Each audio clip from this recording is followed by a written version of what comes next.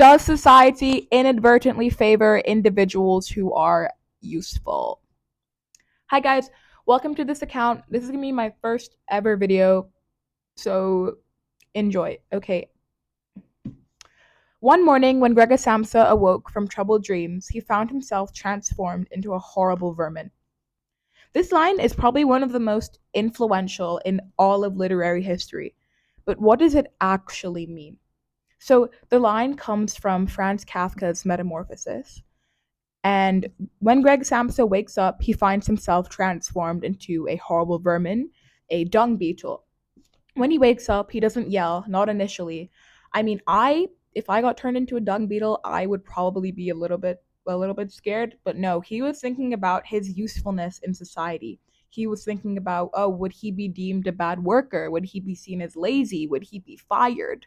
I mean, like, get that money, but why is that the first thing that he's thinking about when he wakes up as a freaking dung beetle?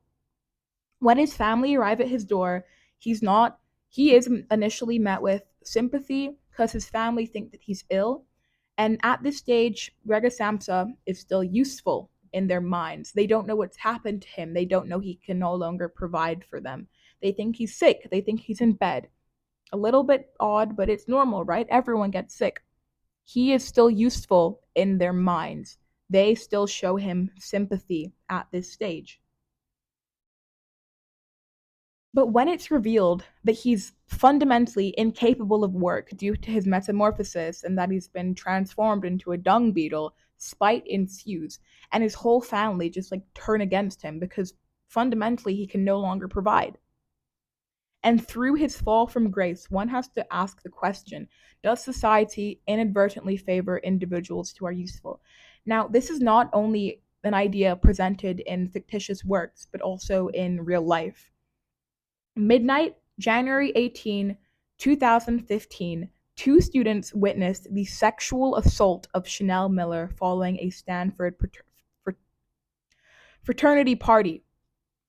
Brock Allen Turner was raping the drunk, unconscious woman. And even after two eyewitnesses, some really incriminating text messages, and his attempt to flee the scene, Brock Allen Turner is only sentenced to 6 months in prison, and he's released after 3 months.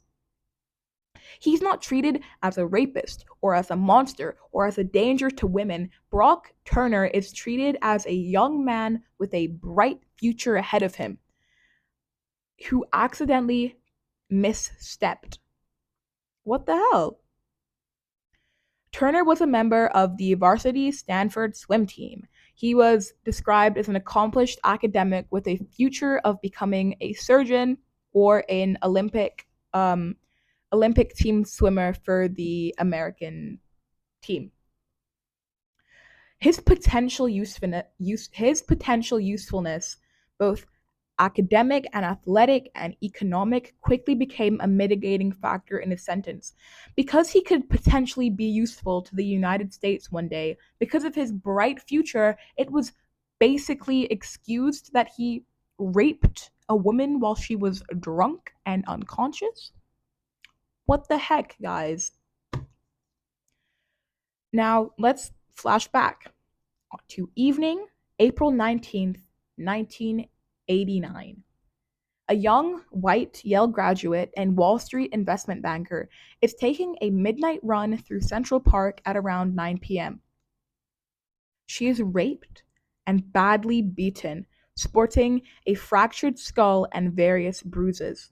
5 African American boys between the ages of 14 and 16 are arrested and imprisoned for the crimes.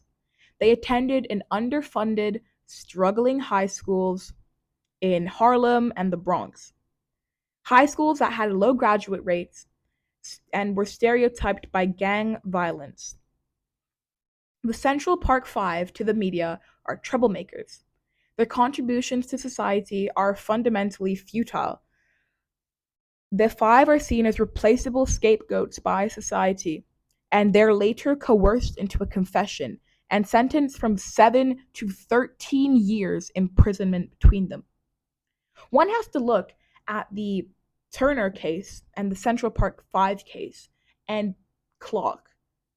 Turner had potential usefulness to the United States. He had a bright future ahead of him. The Central Park 5 were scapegoats. They weren't needed by society, needed. They weren't valued by society. They didn't commit those crimes. They were later exonerated after serving years imprisonment between them. I mean, it's not that Brock Allen Turner got lucky. It's that society reserves leniency for individuals who prove themselves to be useful. And society condemns the actions of those perceived as expendable. It's a bad, strange world we live in. Um, on that note, this is the end of the video, and I hope you enjoyed.